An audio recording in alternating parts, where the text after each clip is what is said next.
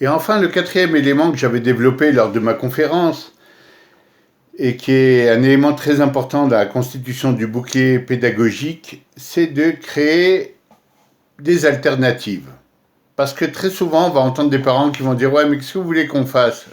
Avec la société, son évolution, ce qu'elle propose aujourd'hui, la vulgarité qu'on voit sur Internet, les images, on ne peut pas faire grand-chose. Et finalement, les jeunes sont influencés, ils influencent nos enfants, et c'est toute la société qui a des côtés un peu pourris, un peu difficiles, et donc on est un peu impuissant. Alors je vais vous expliquer, il y a une notion qui s'appelle donc créer des alternatives, créer des mondes nouveaux. J'avais un copain par exemple qui m'avait dit mon frère parle au téléphone devant mes parents avec ses propres copains, comme il leur parle quand il est avec eux au lycée, c'est-à-dire avec des gros mots, avec des locutions très très très osées. Mais ça ne le dérange pas, il n'a pas l'impression qu'il se passe quelque chose. Et quand mes parents, je leur dis, mais il y a quelques années, quand moi j'étais jeune, si j'avais fait ça, je me faisais enfermer dans ma chambre avec une paire de gifles. Comment ça se fait que vous soyez tellement en dilettante avec ce truc-là? Et les parents disaient non, c'est pas qu'on laisse trop faire, mais tu sais, la société a beaucoup changé. Et aujourd'hui, c'est comme ça, tout le monde parle comme ça, donc qu'est-ce que tu veux qu'on fasse? Eh ben, ce que vous allez faire, c'est créer un monde qui est propre de ces mots-là. Et si ce monde, c'est la maison, ben c'est la maison. Ça ne veut pas dire que vous avez accepté que votre fils parle mal dehors, mais si vous acceptez qu'il parle mal à l'intérieur, qu'il fasse attention, que devant ses parents, il fasse attention, on ne peut pas parler de la même façon devant ses parents ou bien à ses parents et à ses copains. On ne peut pas employer les mêmes termes qui sont employés à l'extérieur ou à la télé. Eh bien, vous avez créé un monde. Alors, à quoi ça va servir? Eh bien, sachez que d'abord, pour l'imagination d'un jeune, on a l'imagination des images qu'on a déjà enregistrées. Ça veut dire quoi? Même quand vous allez sortir une idée géniale, vous voulez inventer le train avec des ailes. Eh bien, vous partez d'un train, parce qu'un train, vous connaissez, et à ça, vous allez rajouter des ailes pour voler, pour partir. Mais il n'y a pas d'inventeur qui ne s'appuie pas sur quelque chose qui a déjà été proposé au monde, ou inventé, ou dit. On va s'appuyer sur des recherches qui ont été faites avant, on va s'appuyer sur des idées.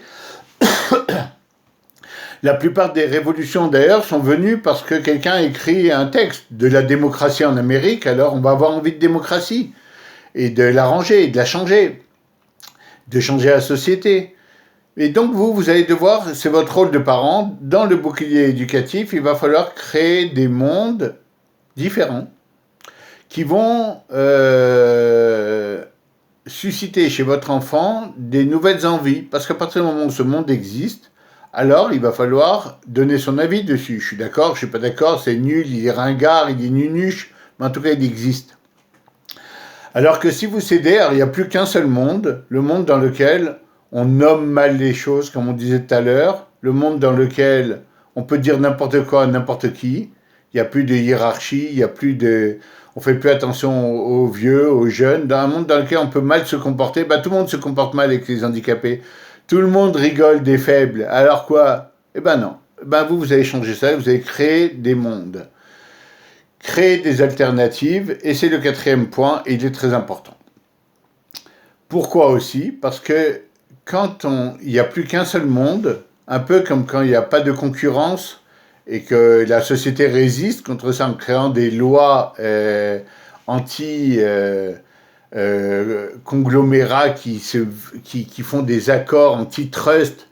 Pourquoi? Parce que sinon, ça fait descendre le niveau de tout le monde. Quand il y a trust, quand il n'y a plus qu'une seule marque de quelque chose, alors il n'y a plus de concurrence, alors les prix sont élevés, alors il n'y a plus beaucoup de produits, il n'y a pas besoin, parce que de toute façon, il n'y a pas de concurrence, vous allez acheter, de toute façon, vous n'avez pas le choix.